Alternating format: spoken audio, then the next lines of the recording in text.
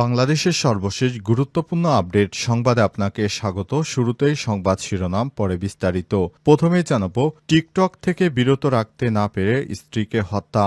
নারায়ণগঞ্জের ফতুল্লায় বারবার অনুরোধ করেও টিকটকে আসক্তি থেকে বিরত রাখতে না পেরে স্ত্রীকে শ্বাসরোধ করে হত্যা করেছে শহীদুল ইসলাম ওরফে শিপন ৪০ নামে এক লোক। আজ রাতে রাজধানীর সদরঘাট থেকে শিপনকে গ্রেপ্তার করার পর প্রাথমিক জিজ্ঞাসাবাদে তিনি পুলিশ ব্যুরো অব ইনভেস্টিগেশন পিবিআইকে সব তথ্য জানিয়েছেন। আজ ফতুল্লা সাইনবোর্ড এলাকায় পিবিআই জেলা কার্যালয়ে সংবাদ সম্মেলনে পুলিশ সুপার মোহাম্মদ মোস্তফা কামাল রাশেদ এই তথ্য নিশ্চিত করেছেন। নিহত লাকি আক্তার বয়স ২৬, পটুয়াখালী জেলার বাউফল থানার সানেশ্বর গ্রামে সাত্তার হাওলাদারের মেয়ে। পুলিশ সুপার বলেন, ফতুল্লা রেল স্টেশন এলাকায় ফজলু মিয়ার বাড়িতে শিপনের স্ত্রী লাকি আক্তার ও এক ছেলে এক মেয়েকে নিয়ে ভাড়া বাসায় বসবাস করত। সন্তানরা মাদ্রাসায় লেখাপড়া করে শিপন ফতুল্লা বাজারে কাজ করে। এদিকে ইউক্রেনে সর্ববৃহৎ ড্রোন হামলা রাশিয়ার। ইউক্রেনে এ যাবৎকালে সবথেকে বড় ড্রোন হামলা চালিয়েছে রাশিয়া। আজ রাতভর দেশটির বিভিন্ন শহরকে লক্ষ্য করে ৩৬০টি ড্রোন দিয়ে নিক্ষেপ করেছে রুশ সেনারা। এতে নিহত হয়েছে অন্তত ১২ জন এবং আহত হয়েছে অন্তত ৬০ জন। আর সামাজিক যোগাযোগ মাধ্যম টেলিগ্রাফ পোস্টে এক বার্তায় তথ্য জানিয়েছে ইউক্রেনের স্বরাষ্ট্রমন্ত্রী ইহোর কিলাইমেস্কো। জানাবো, ট্রাম্পের নয়া নীতিতে উদ্বিগ্ন নেতানিয়াহু।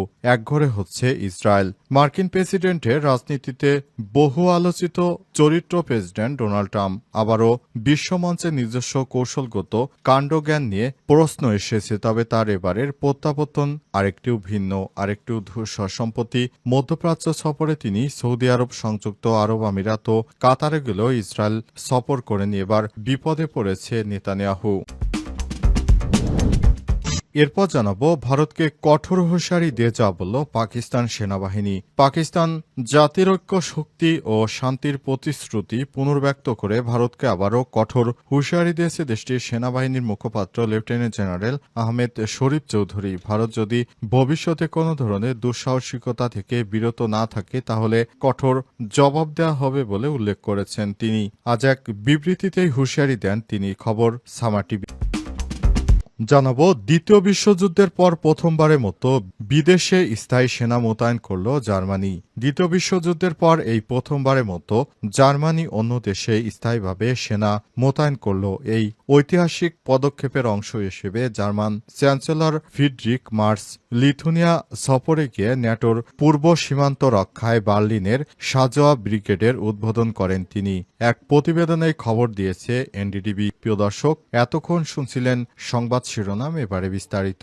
তবে তার আগে বন্ধুরা, অনুরোধ থাকবে এই সংবাদটিতে একটি লাইক দিন। এই চ্যানেলে আপনি নতুন হয়ে থাকলে আমাদের সংবাদটি দেখতে দেখতে চ্যানেলটি সাবস্ক্রাইব করে রাখুন। কমেন্ট করে বন্ধুরা আপনার মূল্যবান মতামত জানিয়ে দিন আপনি বিশ্বের কোন দেশ থেকে বা বাংলাদেশের কোন স্থান থেকে আমাদের সংবাদটি দেখছেন এবং শুনছেন। আর বন্ধুরা, গাজা যুদ্ধে আপনি যদি নিরীহ ফিলিস্তিনিদের ভালোবেসে থাকেন, কমেন্টে ইয়েস লিখে বিশ্ববাসীকে জানিয়ে দিন। সংবাদটি আপনার সোশ্যাল মিডিয়া ফেসবুকে শেয়ার করে বন্ধুদের মাঝেও শেয়ার করে দিন। এবারে বিস্তারিত। ট্রাম্পের নীতিতে উদ্বিগ্ন নেতানিয়াহু, একঘরে হচ্ছে ইসরায়েল। মার্কিন রাজনীতির বহু আলোচিত চরিত্র প্রেসিডেন্ট ডোনাল্ড ট্রাম্প এবারও বিশ্বমঞ্চে নিজস্ব কৌশলগত কাণ্ডজ্ঞানহীন নিয়ে প্রশ্ন এসেছে। তবে তার এবারের প্রত্যাবর্তন আরেকটিও ভিন্ন, আরেকটু ধূসর। সম্প্রতি মধ্যপ্রাচ্য সফরে তিনি সৌদি আরব, সংযুক্ত আরব আমিরাত, কাতার গেলেও ইসরায়েল সফর করেনি। ইসরায়েলকে ট্রাম্পের এই উপেক্ষা নিছক কূটনৈতিক অনুচ্ছার নয়, বরং এক গভীর রাজনৈতিক সংকট তৈরি হয়েছে। ট্রাম্প এর আগেও যেভাবে ইসরায়েল ঘেঁষা পররাষ্ট্র নীতি চালিয়ে গিয়েছিলেন, জেরুজালেমকে দূতাবাস স্থানান্তর, গোলান মালভূমিকে ইসরায়েল এলাকা হিসেবে স্বীকৃতি দেয়া এবং এসবই ট্রাম্পের এবারের প্রশাসনের সঙ্গে বিস্তর ফারাক তৈরি করেছে। ট্রাম্পের সাম্প্রতিক মধ্যপ্রাচ্য সফরে সৌদি আরব, সংযুক্ত আরব আমিরাত, কাতার সরব উপস্থিতি থাকলেও তালিকা থেকে বাদ পড়েছে দখলদার ইসরায়েল। আর এটি এমনই এক বহুল আলোচিত পদক্ষেপ যা বেশ কিছু রাষ্ট্রীয় উদ্বেগ ও বিশ্লেষণের জন্ম দিয়েছে। ট্রাম্প অবশ্য বলেছেন এটি কোনো অপমান নয়, বরং তার ভাষ্য অনুযায়ী এই সফর ইসরায়েলের জন্য ভালো, কারণ তিনি আরব দেশগুলোর সঙ্গে নতুন স্বাভাবিকীকরণ চুক্তি ফিরে আনার চেষ্টা করছেন। তবে ওয়াশিংটন ভিত্তিক সংবাদ মাধ্যম দ্য আটলান্টিক জানায় ট্রাম্পের এই সফর নীতিগত পরিবর্তনগুলো ইসরায়েলকে কেন্দ্র করে সরিয়ে আনার একটি ইঙ্গিত, আর এটি তেল আবিবকে দারুণভাবে অস্বস্তি সৃষ্টি করেছে। নেতানিয়াহু এবার ফেঁসে যাচ্ছেন, তাকে আর ট্রাম্প প্রশাসন সহায়তা করবে না। টিকটক থেকে বিরত রাখতে না পেরে স্ত্রীকে হত্যা। নারায়ণগঞ্জের ফতুল্লায় বারবার অনুরোধ করেও টিকটকে আসক্তি থেকে বিরত রাখতে না পেরে স্ত্রীকে শ্বাসরোধ করে হত্যা করেছে শহীদুল ইসলাম ওরফে শিপন ৪০ নামে এক লোক। আজ রাতে রাজধানীর সদরঘাট থেকে শিপনকে গ্রেপ্তার করার পর প্রাথমিক জিজ্ঞাসাবাদে তিনি পুলিশ ব্যুরো অব ইনভেস্টিগেশন পিবিআইকে সব তথ্য জানিয়েছেন।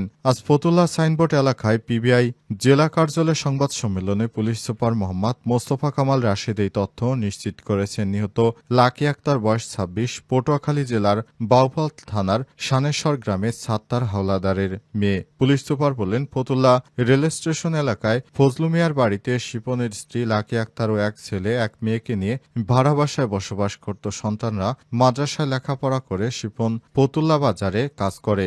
শিপনের অভিযোগ, তার স্ত্রী লাকি আক্তার বাসায় থেকে সব সময় মোবাইলে টিকটক নিয়ে ব্যস্ত সময় কাটান, কোনো কাজকর্ম করেন না, রান্নাবাড়া। বিষয়টি শিপনের কাছে বিরক্তিকর মনে হতো। এ নিয়ে তাদের সংসারে বারবার কলহের সৃষ্টি হয়েছে। সন্তান দুটি মাদ্রাসায় পড়ার জন্য লাকিকে টিকটক দেখা ছেড়ে দেওয়ার জন্য একাধিকবার অনুরোধ করেন শিপন, কিন্তু লাকি তার কথা না শুনে মোবাইল নিয়ে টিকটকে ব্যস্ত হয়ে পড়েন। এতে ক্ষিপ্ত হয়ে কয়েকবার লাকিকে মারধর করেছে শিপন। এই ঘটনার দিন সন্ধ্যায় শিপন বাসায় এসে স্ত্রীর সঙ্গে টিকটকের বিষয়ে তর্কে জড়িয়ে পড়ে। তখন তাদের ছেলে ও মেয়ে মাদ্রাসায় ছিল। তর্কের এক পর্যায়ে লাকিকে শ্বাসরোধ করে হত্যা করে শিপন। পরে ঘরের বাইরে থেকে দরজায় তালা লাগিয়ে মাদ্রাসা থেকে সন্তানদের নিয়ে পালিয়ে যান। পরে শিপন শ্বশুরবাড়ির লোকজনকে ফোন করে লাকির মৃত্যুর সংবাদ জানায়। এই ঘটনায় থানা পুলিশের পাশাপাশি পিবিআই ছায়া তদন্ত করে। এই হত্যাকাণ্ডের সঙ্গে শিপন একাই জড়িত বলে জানিয়েছে পুলিশের কর্মকর্তারা। ভারতকে কঠোর হুঁশিয়ারি দিয়ে যা বলল পাকিস্তান সেনাবাহিনী। পাকিস্তান জাতির ঐক্য, শক্তি ও শান্তির প্রতিশ্রুতি পুনর্ব্যক্ত করে ভারতকে আবারও কঠোর হুঁশিয়ারি দিয়েছে দেশটির সেনাবাহিনীর মুখপাত্র লেফটেন্যান্ট আহমেদ শরীফ চৌধুরী। তিনি বলেছেন, পাকিস্তান ঐক্যবদ্ধ জাতি। যারা ভারতীয় সন্ত্রাসীরা পাকিস্তানের মসজিদ মাদ্রাসায় হামলা চালিয়েছে তাদেরকে কোনোভাবেই ছাড় দেওয়া হবে না। ভারত যদি ভবিষ্যতে কোনো ধরনের দুঃসাহসিকতা থেকে বিরত না থাকে তাহলে কঠোর জবাব দেওয়া হবে বলে উল্লেখ করেছেন তিনি। আজ এক বিবৃতিতেই হুঁশিয়ারি দিয়েছেন তিনি। পাকিস্তান আইএসপিআর এর ডিজিআরও বলেছেন, ভারত ভেবেছিল তারা আঘাত করবে আর পাকিস্তান চুপ থাকবে, কিন্তু আল্লাহর ইচ্ছায় পুরো জাতি ঐক্যবদ্ধভাবে দাঁড়িয়েছে। পাকিস্তান এক লৌহদৃঢ় প্রাচীরের মতো দাঁড়িয়েছিল এবং ভারতের কৌশলের একের পর এক ত্রুটি উন্মোচন করেছিল। ভেতরের বিভাজন ধারণা নাকচ করে দিয়ে আহমেদ শরীফ চৌধুরী বলেছেন, তারা মনে করেছিল পাকিস্তানের জনগণ ও সেনাবাহিনী বিভক্ত, কিন্তু এটা